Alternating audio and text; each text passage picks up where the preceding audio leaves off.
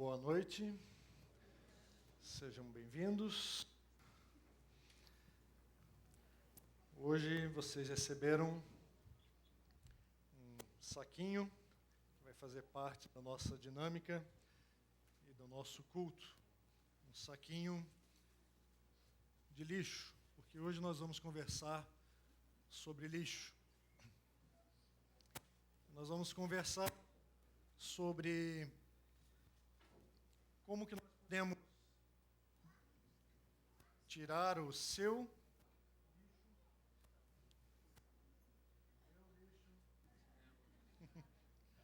meu lixo e o nosso lixo. Como que nós podemos trabalhar essa questão e como ela é importante e como ela se relaciona com o dia de hoje.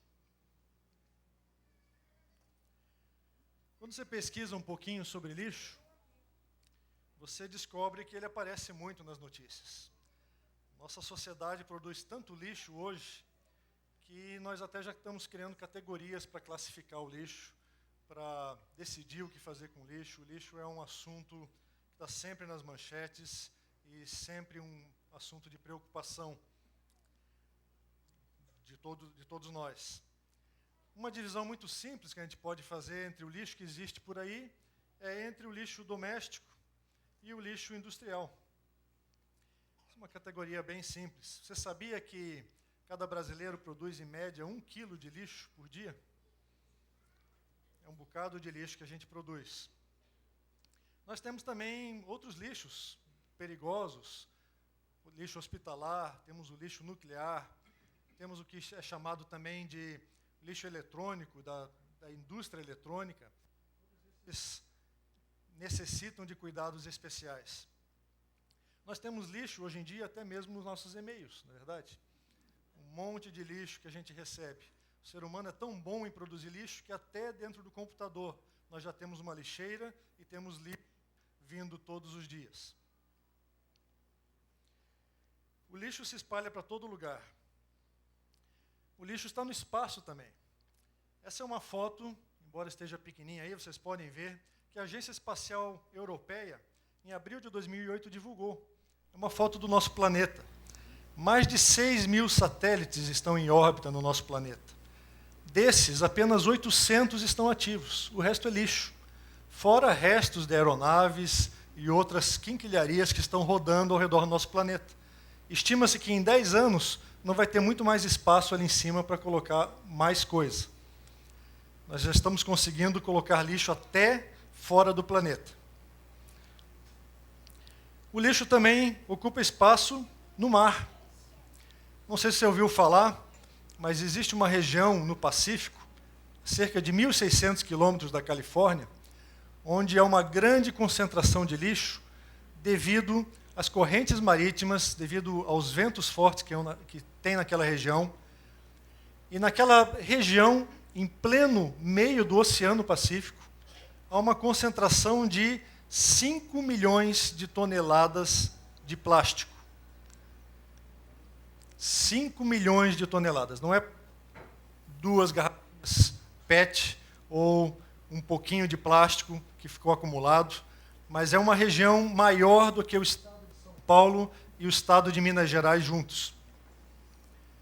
É uma região muito grande. E cientistas estão estudando o que fazer sobre essa situação e como é que isso tem afetado, inclusive, o ecossistema do lugar. Muitos animais têm morrido por causa desse lixo, que vem de vários países ao redor, que está se concentrando lá. Mas o lixo não fica apenas longe.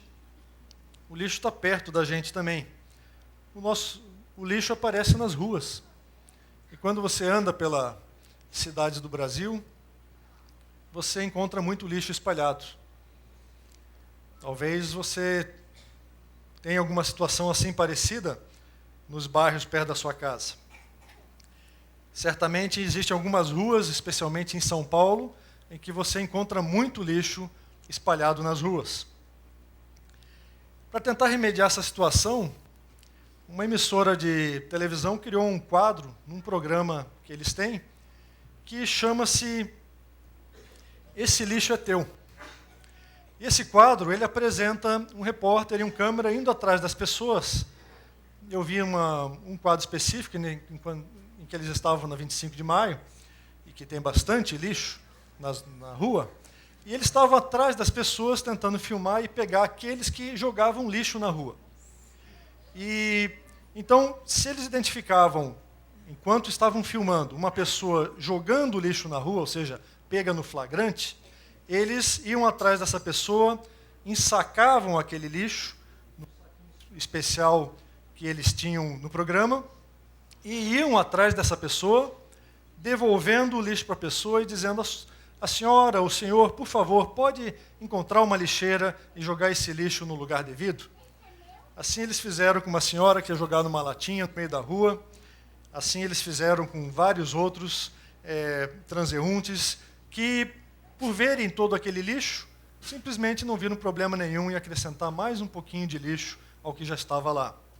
E assim o lixo era devolvido, passava-se para encontrar outros transeuntes também. E é interessante a gente pensar, porque é isso que as pessoas dizem, não é? Aqui é assim mesmo. Nessa rua todo mundo joga o lixo no chão.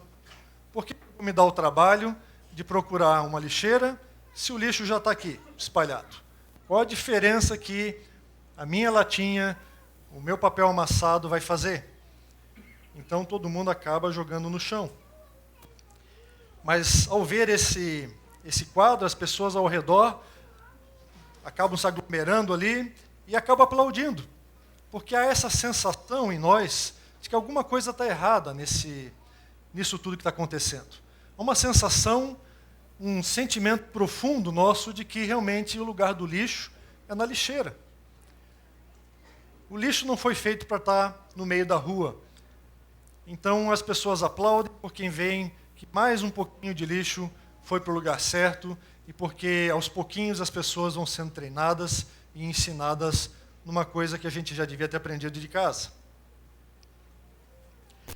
E você sabe por que acontece isso? Por que a gente costuma jogar lixo onde já tem bastante lixo? Tem uma teoria que explica isso. Uma teoria que explica por que aquele pequeno lixinho na rua incentiva os outros a encontrarem mais lixo.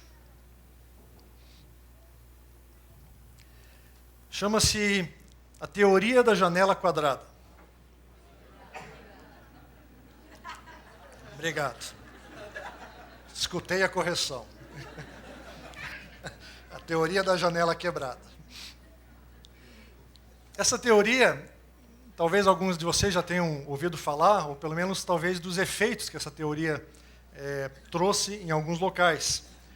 Dois estudiosos, um cientista político chamado Wilson e um psicólogo, Kelling, fizeram um estudo em 1982 e estabeleceram uma relação de causalidade entre desordem e crime.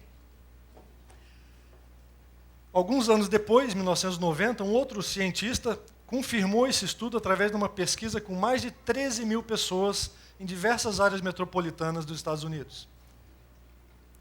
Em 1996, o Kelling, com mais uma outra autora, lançou o seu livro, que em português poderia ser traduzido como Consertando Janelas Quebradas.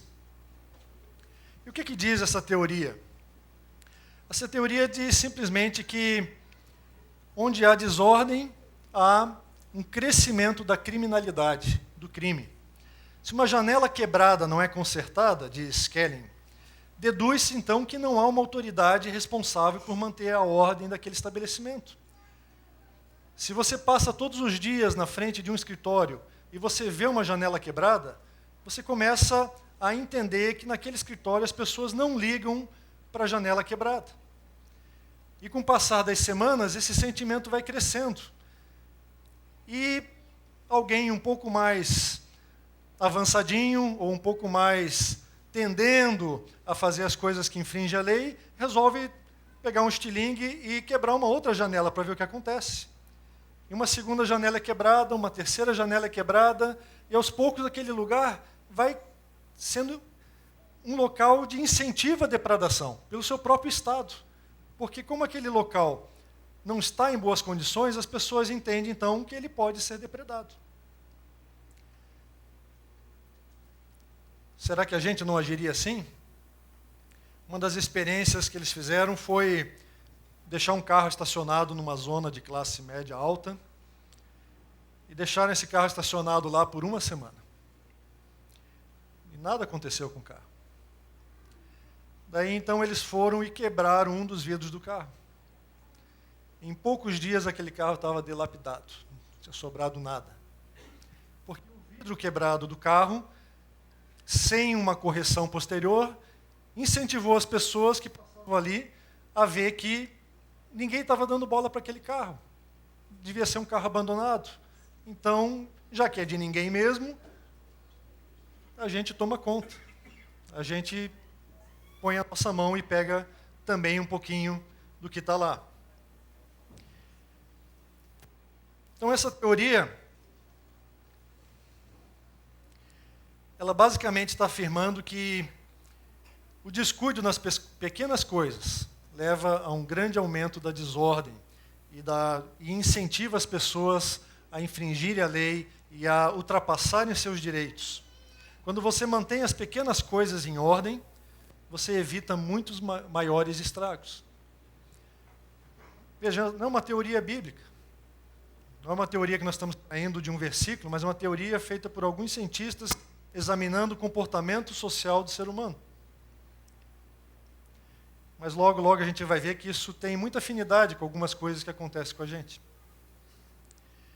Então, se há um ambiente limpo, as pessoas evitam sujá-lo. Quando você vem a um local limpo, como nós temos aqui na chácara, você se porta bem e você não suja o ambiente, porque você vê que está tudo em boas condições.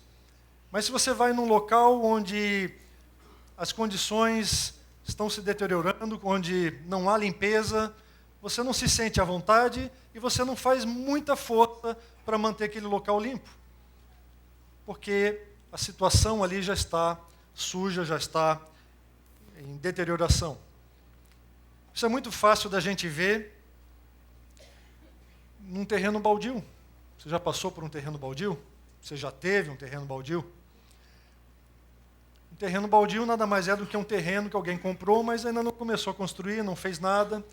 Enquanto o terreno está cortadinho e com a grama aparada, ninguém faz nada com o terreno. Talvez o pessoal ali da rua bate uma bolinha, se não tiver cercado, ou faz alguma coisinha naquele terreno, dá uma voltinha, mas ninguém depreda aquele terreno. À medida que a grama vai crescendo, alguém de repente passa e joga um pouquinho de lixo, passa tomando um refrigerante e joga uma latinha, passa um outro e joga mais uns papéis, e aquele terreno começa a ser um terreno sujo, alguém vem e já começa a colocar alguns sacos de lixo, e logo aquele terreno já está um ambiente imundo.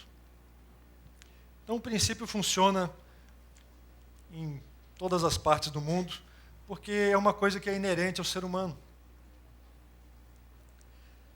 Mas o que essa conversa toda sobre lixo e sobre janelas tem a ver com a espiritualidade cristã?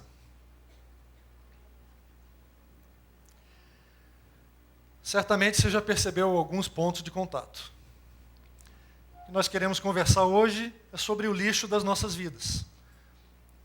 Não vai ser um momento em que nós vamos tratar do lixo e como reciclá-lo, o lixo, ou como tratar do lixo físico que a gente produz.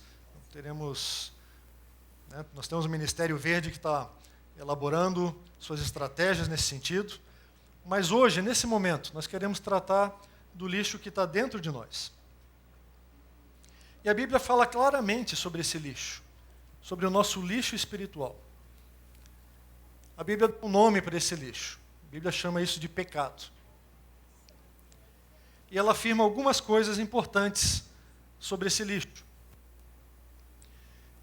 Em primeiro lugar, a Bíblia afirma que todas as pessoas têm lixo em suas vidas. Às vezes a gente se esquece disso. Às vezes a gente começa uma caminhada cristã e acaba esquecendo de que todos nós temos lixo.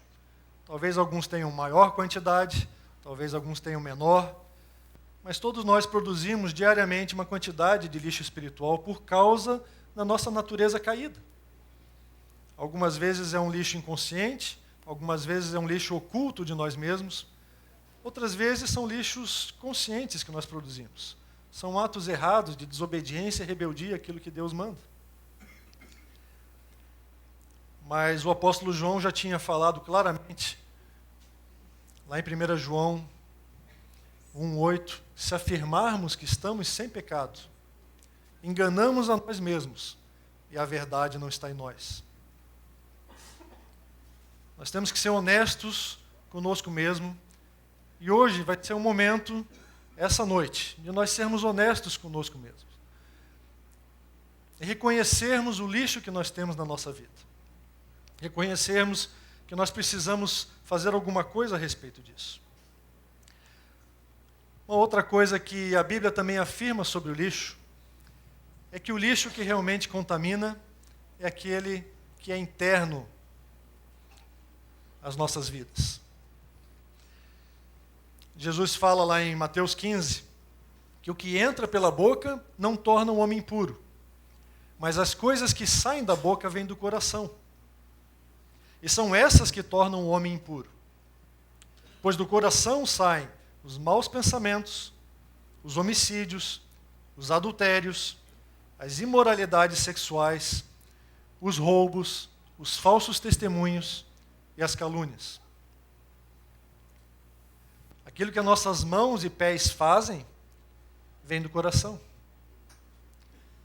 Por isso, Jesus não estava preocupado nessa situação com aquilo que estava entrando na boca no momento que eles estavam tendo uma refeição. Não que a gente não precise se preocupar com higiene, porque nós sabemos que devemos nos preocupar também com a higiene correta e com cuidado no nosso corpo. Mas Jesus está dizendo que muito mais importante do que a higiene exterior é a higiene interior. Que muito mais importante do que você cuidar se você lavou ou não a mão antes de sentar para a refeição, é cuidar se você lavou ou não o seu coração antes de você entrar na presença de Deus. E essa rotina a gente esquece constantemente. Essa rotina a gente não tem nos nossos hábitos do dia a dia. E a gente precisa mudar esse quadro. A gente precisa aprender a lavar constantemente o nosso coração. E muitas vezes a gente se preocupa com o mau cheiro que a gente tem. Às vezes você está preocupado porque talvez você tenha halitose, ou mau hálito, ou talvez você tenha suado muito, ou você esteja preocupado com outras secreções corporais. A gente se preocupa muito com o nosso cheiro. Mas ninguém se preocupa com o cheiro espiritual que sai de nós, o cheiro espiritual da podridão dos nossos pecados que está dentro do nosso coração. Esses pecados que estão dentro de nós cheiram muito pior aos olhos e ao nariz de Deus do que a nossa sujeira por fora. Então, é certo que nós temos que cuidar bem do templo do Espírito, que é o nosso corpo, mas nós temos que cuidar muito mais do nosso coração. Mas a palavra também fala uma outra verdade muito interessante, que se conecta com aquela teoria da qual falamos. Quando não recolhido, o lixo se multiplica. Um pecado não tratado atrai outros pecados. Os pecados se multiplicam em número, se multiplicam também em volume, eles crescem, se tornam mais arraigados no nosso coração.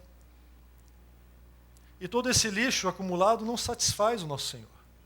Satisfaz sim o inimigo das nossas almas, aquele que tem prazer em ver o lixo se acumulando, em ver as nossas vidas se tornando cada vez mais um aterro, um lixão. E você acaba se acostumando a viver no meio do lixo. Você se acostuma a passear no meio do lixo e tentar identificar coisas que ainda possam prestar no meio do lixo. Porque na sua vida você acaba ficando com a consciência cauterizada e você não percebe mais a podridão na qual você está vivendo, aquela imundície de estar vivendo no meio do lixo. E assim aquela teoria casa aqui com o que também a palavra ensina, de que um pouquinho do lixo que fica no seu coração, um pouquinho do pecado que você deixa ali e você não trata, aquilo ali vai dando condições e um ensejo para a sua própria alma, para a sua experiência, de você continuar pecando. Você não quer tratar aquela área, você se acostuma com aquela área. E aquela área não agrada ao Senhor, mas você se acostuma com o lixo que está ali. E aquilo vai crescendo e logo, logo vai afetando outras áreas do seu relacionamento com Deus, do seu relacionamento com o seu próximo, e do seu relacionamento com você mesmo.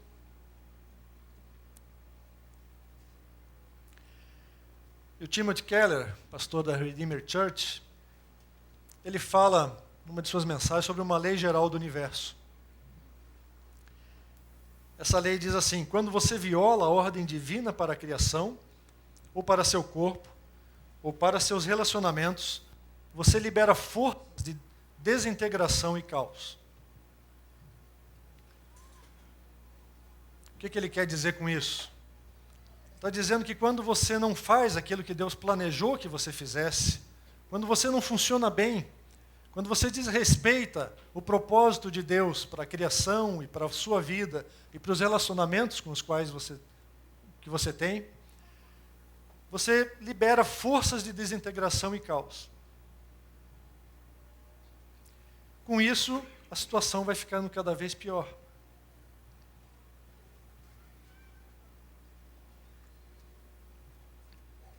Um exemplo. Se você exagera muito no trabalho, e você é uma pessoa que precisa trabalhar o tempo todo, você acaba ficando estressado.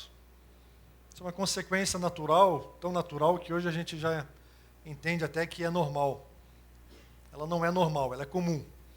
Mas não é normal porque não está de acordo com as normas de Deus. E você se acostuma com aquela situação e você fica estressado.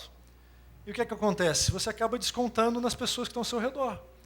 Você chega em casa e você briga com seu cônjuge, e o seu cônjuge também fica irritado, estressado e briga com os filhos. Os filhos não têm, às vezes, com então brigam com o cachorro, com o gato. Né? É a síndrome do cachorro chutado. Começou com você trabalhar muito. E isso vai desenrolando toda uma força de desintegração na sua vida. Um outro exemplo é quando você recusa perdoar alguém. Você sabe o que Deus quer da sua vida. Você sabe que Deus quer que você perdoe, mas você recusa. E você guarda um ressentimento. E você começa a guardar aquele ressentimento, aquilo vai crescendo, vai afetando o seu relacionamento com aquela pessoa, vai tornando você uma pessoa amargurada, porque você fica esperando que de algum jeito, alguma coisa milagrosa aconteça para resolver a situação, quando é você que é o problema, quando é você que está segurando a solução do problema, porque você não quer liberar perdão para aquela situação, para aquela pessoa.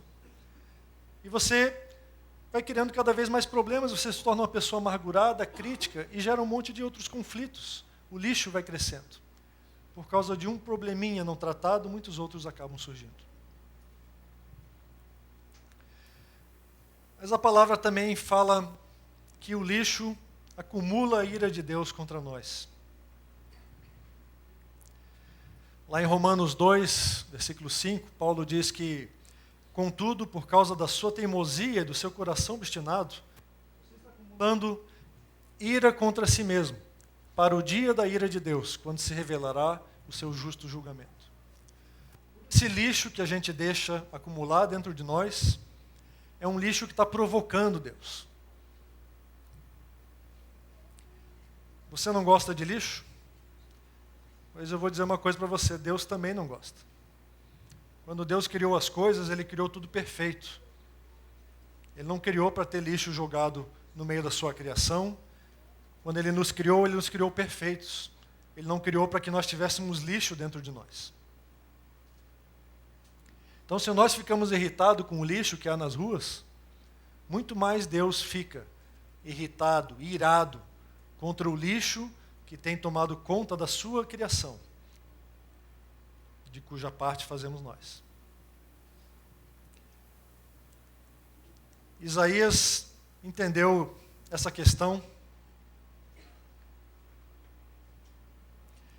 e falou assim para o Senhor: mas prosseguindo nós em nossos pecados, tu te iraste. Como então seremos salvos? Se o lixo vai acumulando e vai gerando mais ira, e se nós somos tão teimosos, obstinados, que continuamos nos nossos pecados e provocamos Deus cada vez mais a ira, como então seremos salvos?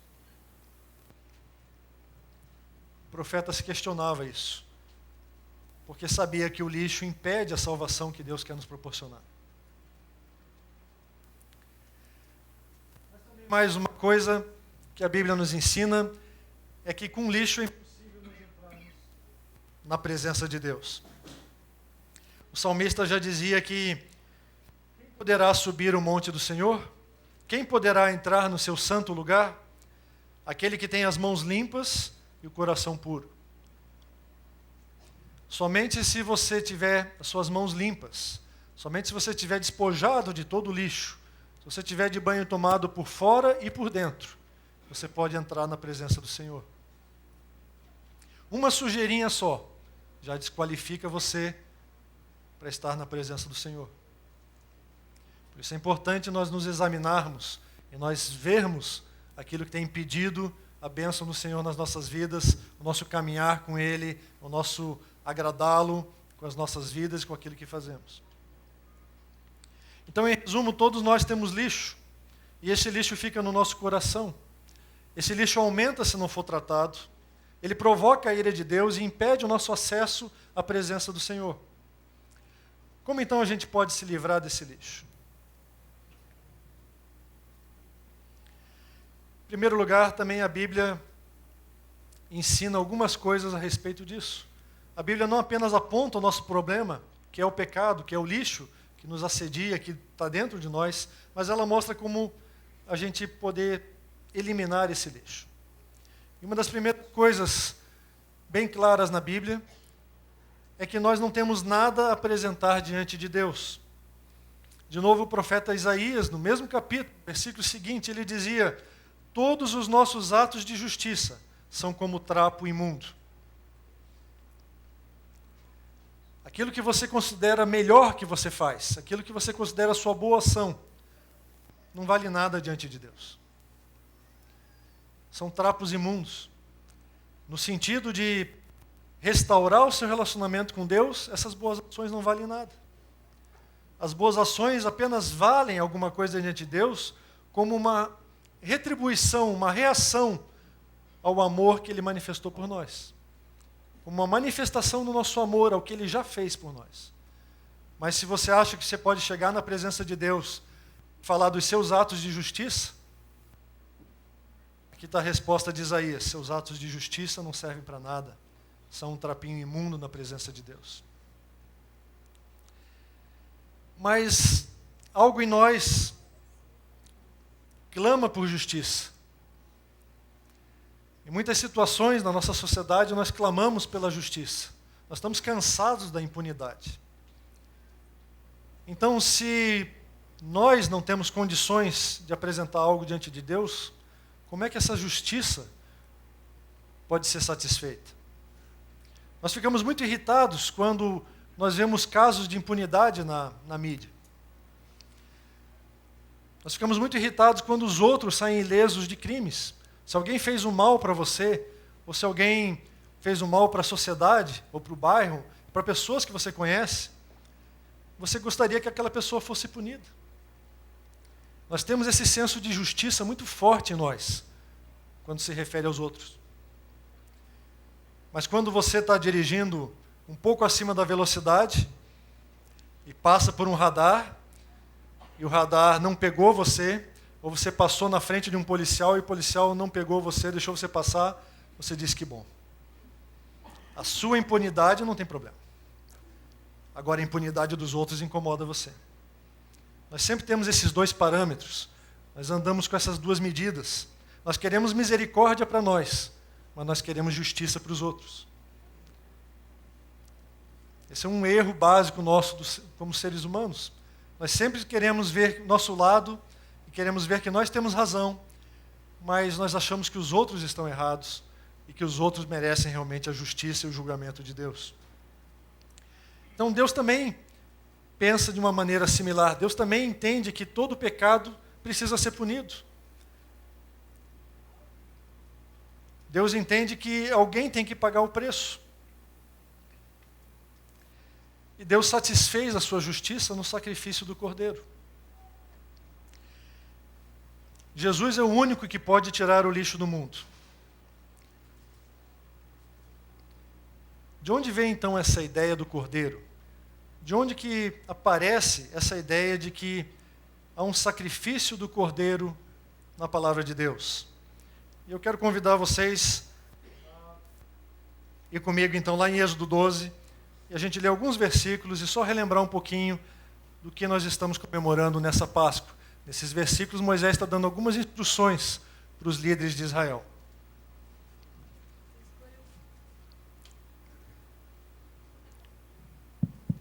Escolha um cordeiro ou um cabrito para cada família. Sacrifiquem-no para celebrar a Páscoa. Molhem um feixe de sopo no sangue que estiver na bacia e passem o sangue na viga superior e nas laterais das portas. Nenhum de vocês poderá sair de casa até o amanhecer. Quando o Senhor passar pela terra para matar os egípcios, verá o sangue na viga superior e nas laterais das portas e passará sobre aquela porta e não permitirá que o destruidor entre na casa de vocês para matá-los. Obrigado. Então, nesse texto de Êxodo 12, nós vemos Moisés dando algumas instruções sobre a instituição da Páscoa. A primeira Páscoa. E hoje nós estamos aqui reunidos na semana da Páscoa. E eu não vou retratar e recontar toda a história da Páscoa, porque vocês certamente já conhecem muito dela. Mas nessa história apenas Moisés dá essa instrução de que ele recebeu de Deus, de que era necessário separar um cordeiro, um cabrito para cada família. E esse cordeiro devia ser morto, o seu sangue devia ser derramado. E juntos a família comeria a carne desse cordeiro, junto com pães asmos e ervas amargas e alguns copos de vinho. Eles ali celebrariam a Páscoa. E eles estavam celebrando um momento de libertação, porque Deus disse para eles que naquele momento, na instituição da Páscoa, ao fazerem isso, naquela noite, eles iam ser libertos do Egito, da superpotência da época. Se vocês lembram o contexto, Moisés estava tendo aquela batalha contra Faraó, e Deus tinha enviado já 9 pragas, e o Faraó tinha endurecido o seu coração e persistia em não deixar o povo de Israel ir embora. E Deus disse: agora, na 10ª praga, agora vocês vão ser libertos. E nessa praga, um anjo do Senhor, o destruidor, passaria por todo o povo do Egito e o povo de Israel, por toda aquela terra, e mataria o primogênito de cada família. Às vezes é difícil entender por que Deus quis fazer as coisas desse jeito. Mas esse é um assunto para outra conversa. Hoje nós estamos interessados em ver que Deus tinha esse propósito de, naquele momento, libertar o seu povo do Egito. E Ele deu essas instruções. Além de sacrificar o cordeiro, e juntos, em família, se a família fosse pequena, Ele dá as instruções, juntem mais umas outras pessoas, para que nada do cordeiro sobe, e que todos possam se saciar com o cordeiro. Mas o mais importante não era o comer o cordeiro. O mais importante era o sangue do cordeiro que era derramado.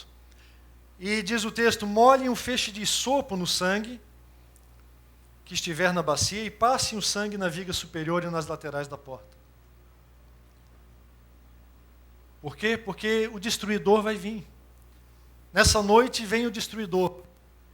Deus estava dando uma palhinha, uma prévia do que vai ser o dia do juízo final.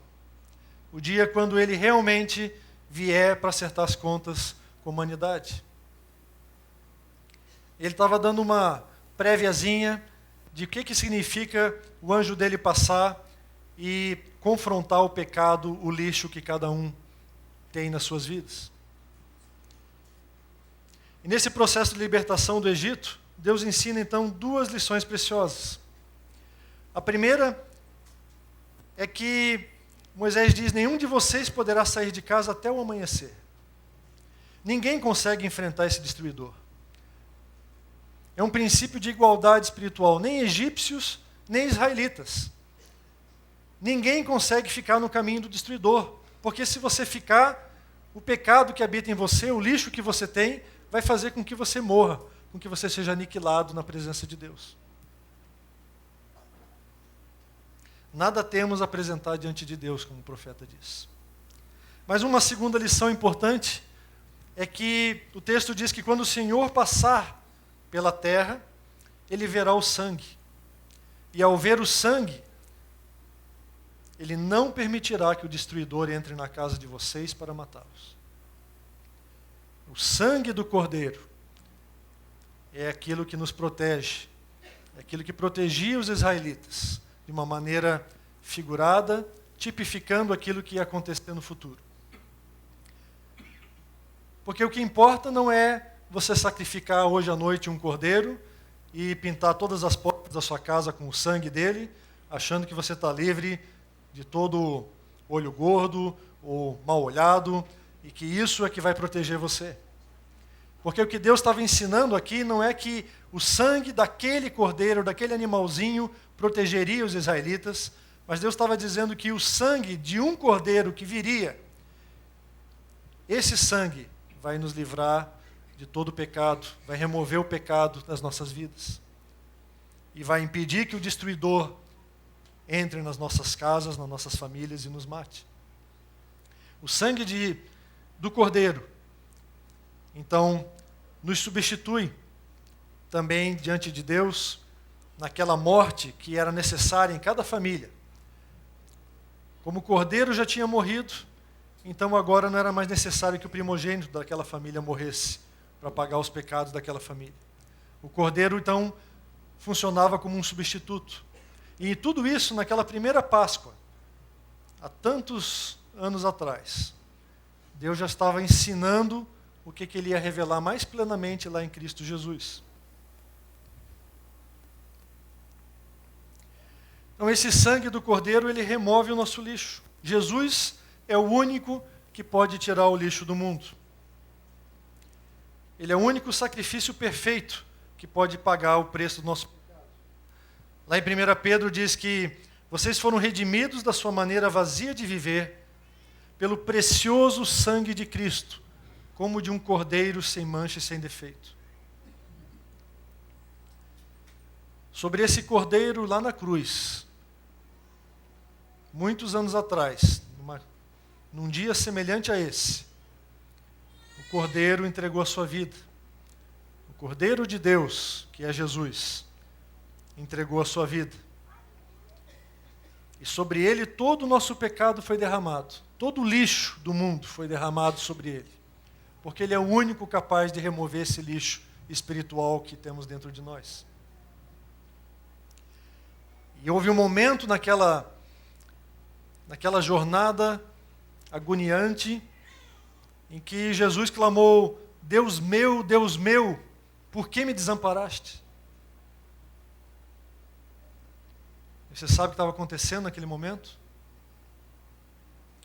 Naquele momento, Jesus tinha recebido o nosso pecado. O meu pecado. O seu pecado.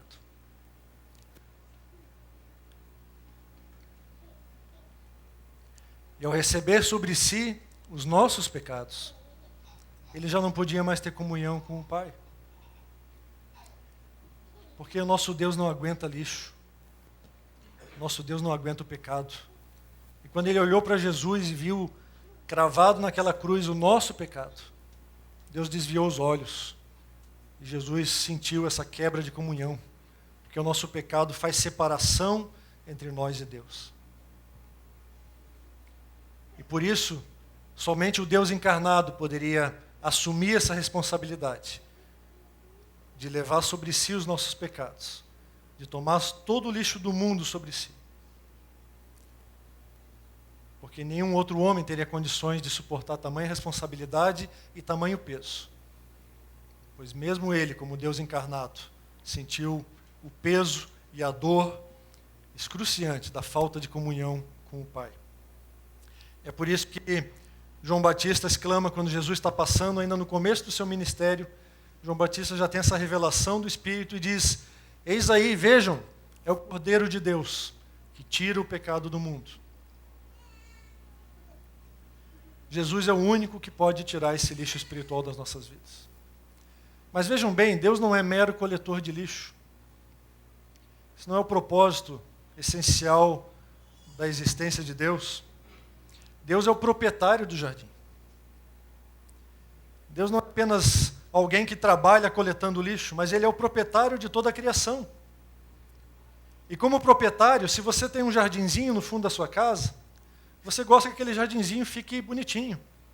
Você corta a grama, você junta algum lixo que caia, se você tem uma festinha e ficou alguma coisa solta por lá, depois no outro dia, ou mesmo naquela mesma noite, você vai lá e você junta porque você quer tudo limpinho. E Deus, como proprietário das nossas vidas, como proprietário da sua criação, Ele também quer ver tudo limpo. Ele quer tirar toda essa sujeira que estraga a beleza da criação. E assim Ele envia o seu Espírito para esse trabalho de nos convencer e nos levar a cooperar com Ele em retirar todo o lixo. Por isso Ele envia o seu Filho como Cordeiro Pascal para dar uma solução definitiva a esse problema do pecado. E por isso hoje nós estamos reunidos aqui, por causa daquilo que o Cordeiro fez. E por isso hoje nós estamos também celebrando a ceia.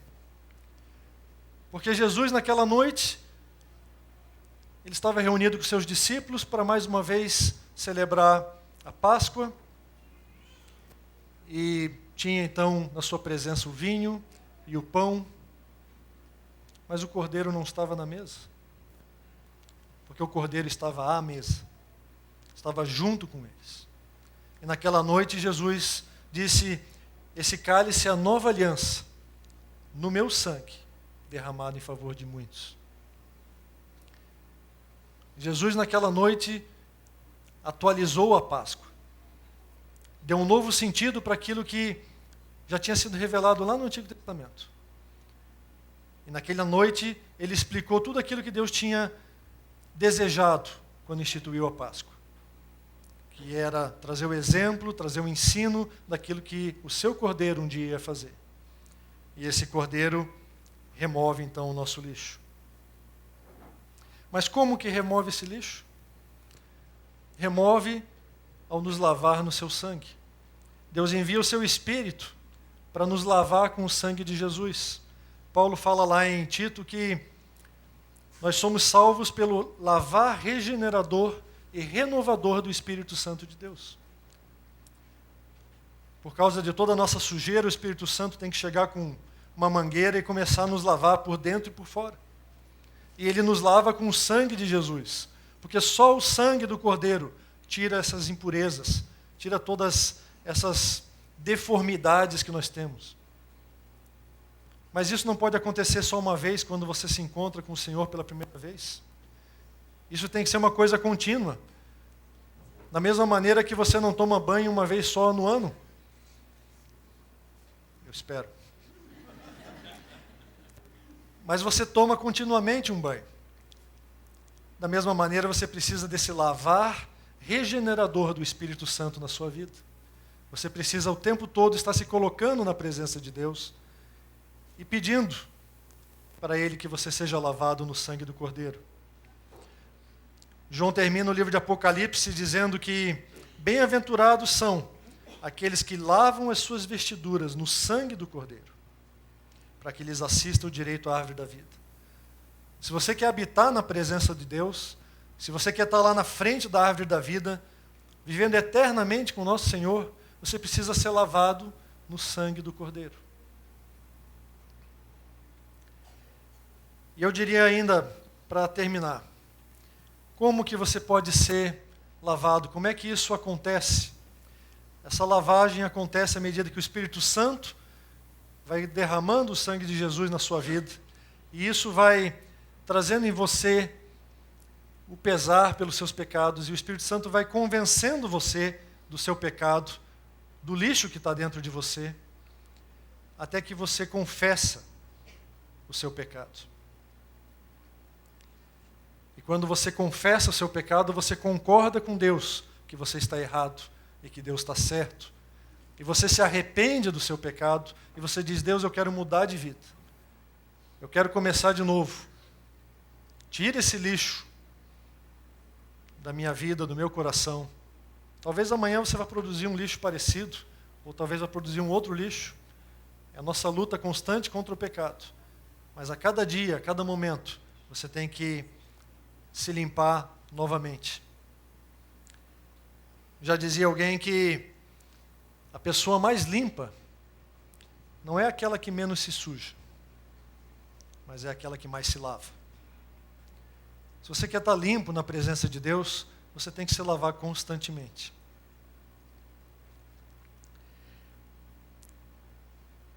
E esse versículo de 1 João 1,9 resume bem aquilo que a Bíblia nos ensina. Porque se nós confessarmos os nossos pecados, o Senhor é fiel e justo para perdoar os nossos pecados e nos purificar de toda injustiça. Hoje nós estamos aqui para lembrar daquilo que Jesus fez por nós. Mas não tem sentido a gente lembrar mentalmente, lembrar de toda a história e não parar para pensar no que isso tem de implicações para as nossas vidas. E nesse dia de hoje, nessa noite, quando nós nos lembramos daquilo que Jesus fez na cruz, quando nós lembramos que Ele levou o nosso pecado sobre Ele, nós temos que lembrar também de que esse é o momento de nós concordarmos que realmente temos pecado. Esse é o momento de nós confessarmos diante do Senhor o nosso lixo e sermos purificados pelo sangue do Cordeiro. E é isso que eu quero convidar você a fazer nesse momento. Hoje nós vamos praticar essa confissão. Para isso você recebeu esse saquinho.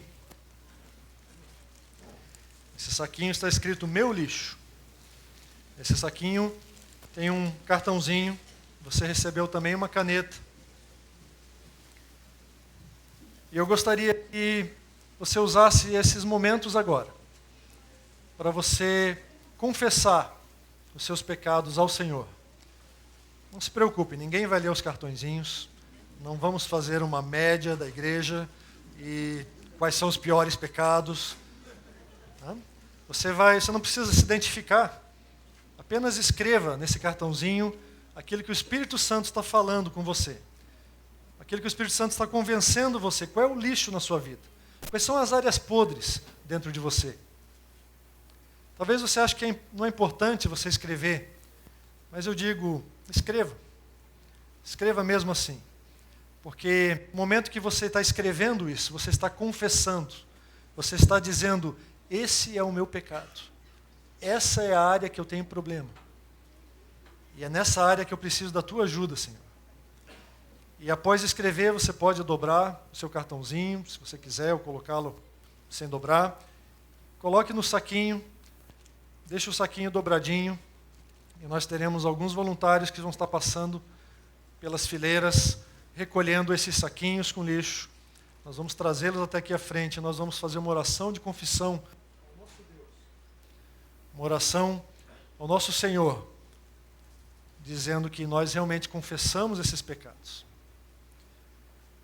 E nós estamos colocando esses pecados sobre Jesus, porque Jesus já levou esses pecados sobre Ele, já derramou seu sangue na cruz para nos redimir desses pecados. Tome esses minutinhos e escreva aí quais são as áreas que você quer que Deus trabalhe em você, que você sente que são áreas podres, áreas onde tem lixo acumulado e áreas onde você precisa de conserto. Amém?